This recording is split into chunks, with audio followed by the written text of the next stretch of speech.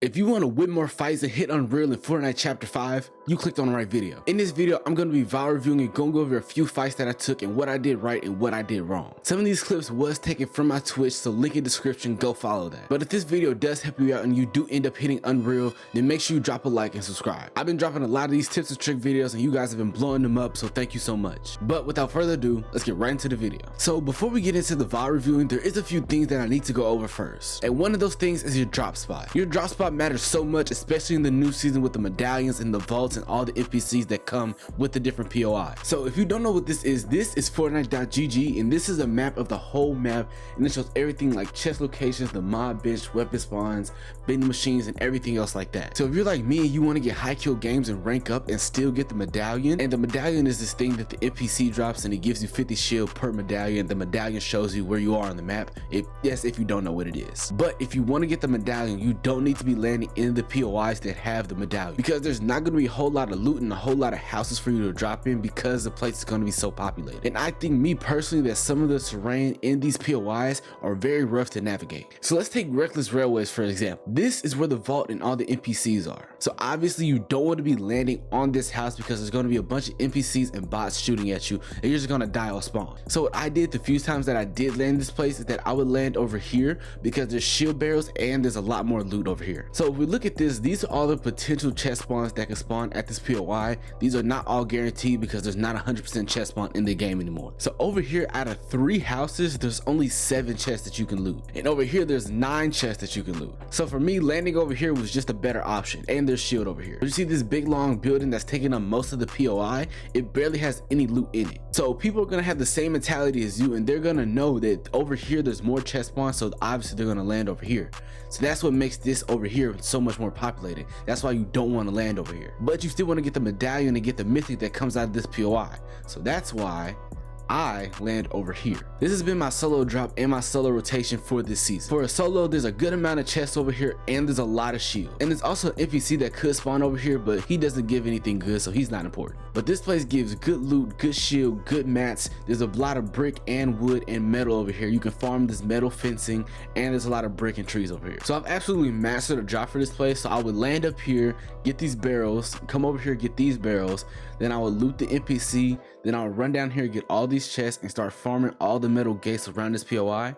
Then I would come over here, get all these brick. All this brick over here would get you to max brick. Then sometimes people would land over here and start fighting, so I might go over there, or I might just take my time and rotate over to Reckless Railways. But I know I don't want to rotate too soon and catch myself in a fight, then I'll get third party. And that's what you don't want to happen in this season. You don't want to get third party at all because it's going to bring too much attention and you're guaranteed to die. So this same concept applies for all the medallions and all the different POIs. Like for example, Lavish Lair. If you want to land here and get the vault and get the medallion, you could land in this house over here, and you can rotate over here, or you can land in the gas station and then rotate to Lavish Lair. Like, you don't have to land on the actual POI to get the medallion, because there are going to be so many people going for it and you know you're just going to get third party. So in Frenzy Field, the vault is like down under the POI, so you have to go through twists and turns and open doors to actually get to the vault. And what happened to me so many times is that people would camp down there by the vault and wait for you to open it and then come out and kill you. So just to avoid that, I started landing Hazy. So this is where me and my trio drop. It doesn't have a medallion, but it does have a vault.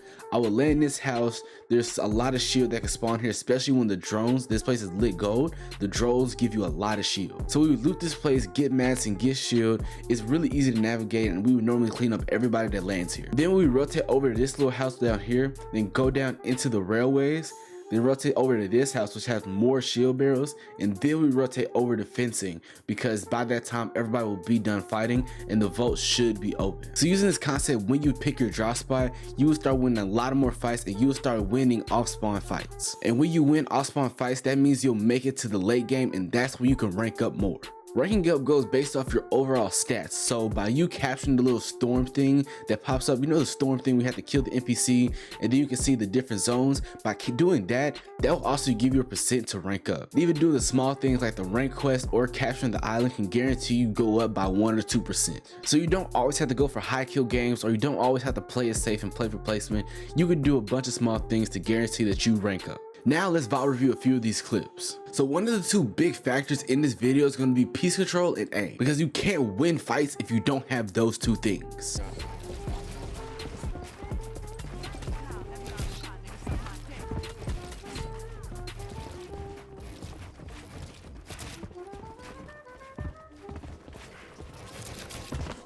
What the hell?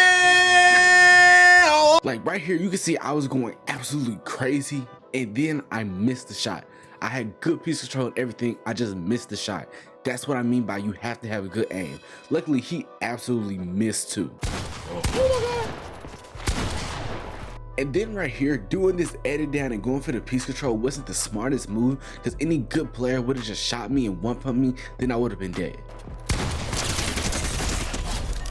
And honestly, one of the biggest parts about having piece control is having your visual sound effects on. Because the whole time I was free building, I was going for that clip, I was tracking his visual sound effects, and that's how I knew where he was, and that's how I knew to predict the piece control. So when you're going for that piece control, you want to predict your opponent's movement, and you could do that by following their visual sound effects. So for example, this in-game clip, I knew that there could be somebody over there because I just got done with the fight, but as soon as I saw his visual footsteps, I crouched down and I go for the AR spray. So then I see this guy's gonna keep ramping up, so then I just use my cone to block him off, and I go for the piece control and get the easy kill. Now these next few clips are just sniper clips, but I put these in there for a reason. You need to learn how to get good with the sniper. Just over these past 3 days, I've been picking up the sniper. I've been missing a lot of shots, but I've been getting better. I've been hitting more shots consistently, and you just need to be picking up the sniper because everybody's rocking the sniper in this season, because the sniper is absolutely broke. Like I said, whenever you're finna take a fight, you want to get that easy pre-fire damage off, and the sniper does 110 to the body and 272 or something like that to the head. You definitely want to take advantage of that. But yeah guys, that is the few clips that I will be viral reviewing for this video.